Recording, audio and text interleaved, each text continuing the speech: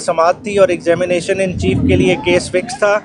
खान साहब की तरफ से और शाह साहब की तरफ से उनके डिफेंस काउंसिल मौजूद नहीं थे और प्रॉक्सी काउंसिल कमर राजा साहब यहाँ मौजूद हैं। उन्होंने सबसे पहले तो अदालत को दरख्वास्त दी कि दोनों काउंसिल मौजूद हैं, उनकी अदम मौजूदगी में कोई शहादत रिकॉर्ड ना की जाए, मगर इस इस्तदा के बावजूद कि एप्लीकेशन भी इन राइटिंग कोर्ट को दे दी गई, फिर भी आज गवाहों को कलम बंद किया गया है, जो कि एतराज़ बाद में उठाया जाएगा कि दोबारा से एक इलीगैलिटी कमिट की गई है और जिसके तनाजुर में लगता है कि दोबारा से शायद रीट्रायल का ऑर्डर हो। जहाँ तक बाकी मामलात का सवाल है, एक शाह साहब ने पैगाम दिया। शाह साहब हमारी पार्टी के वाइस चेयरमैन हैं। उन्होंने सबसे पहले तो कहा कि मैं जावेद हाशमी साहब का जो बयान आया, जो कि जावेद हाशमी साहब साबका नून लीग के वाइस सदर भी रहे हैं पाकिस्तान के, और उन्होंने स्टेटमेंट दी कि खान साहब की रिहाई के लिए वो तहरीक चलाएंगे, तो ये एक बहुत खुशाइन बात है और उन्होंने अपनी तरफ से और पार्टी की तरफ से इस बात का भरपूर वेलकम किया है। सेकेंडली,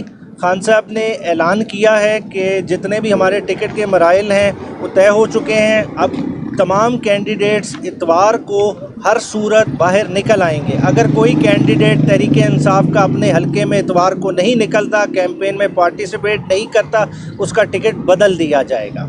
इसके अलावा खान साहब ने हिदायत की है कि तमाम चारों हाई कोर्ट्स को अप्रोच किया जाए इसी वक्त फंडामेंटल राइट्स की इन्फोर्समेंट के लिए, और साथ ही साथ जो कैंडिडेट्स को कैंपेन नहीं की जा रही, रैलीज़ लीड करने की इजाज़त नहीं दी जा रही, एक खौफ का फ़िज़ा बनाया हुआ है डिस्पाइट द फैक्ट कि इस मुल्क में जनरल इलेक्शन होने जा रहे हैं, तो उसके लिए भी अप्रोच किया जाएगा।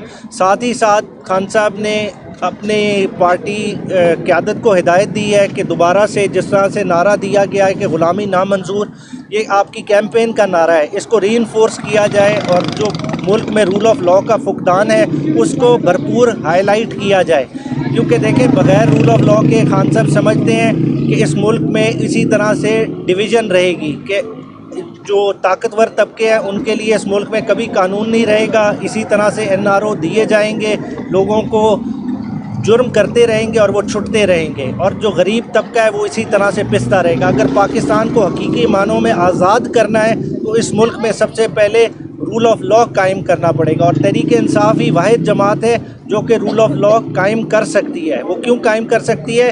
क्योंकि हमारे उस तरह के कोई वेस्टेड इंटरेस्ट नहीं है। ना तो खान साहब ने कोई लंदन की प्रॉपर्टीज़ बचानी है, ना ही कोई और मामला है, ना ही कोई फाइनेंशियल करप्शन छुपानी है कि जिसके लिए कोई लेन देन करना पड़े। तो इसलिए इस सिस्टम को मजबूत बनाने के लिए हमें इसके लिए खड़ा होना पड़ेगा। साथ ही साथ खान साहब ने इस बात का अंदेशा ज़ाहिर किया है कि शायद 8 फरवरी के इलेक्शन से राह फरार इख्तियार करने की कोशिश की जा रही है। तो इस चीज़ को तहरीक इंसाफ भरपूर तरीके से रेजिस्ट करेगी और आवाम भी रेजिस्ट करेगी। सुप्रीम कोर्ट की इस पर जजमेंट ऑलरेडी इन प्लेस है।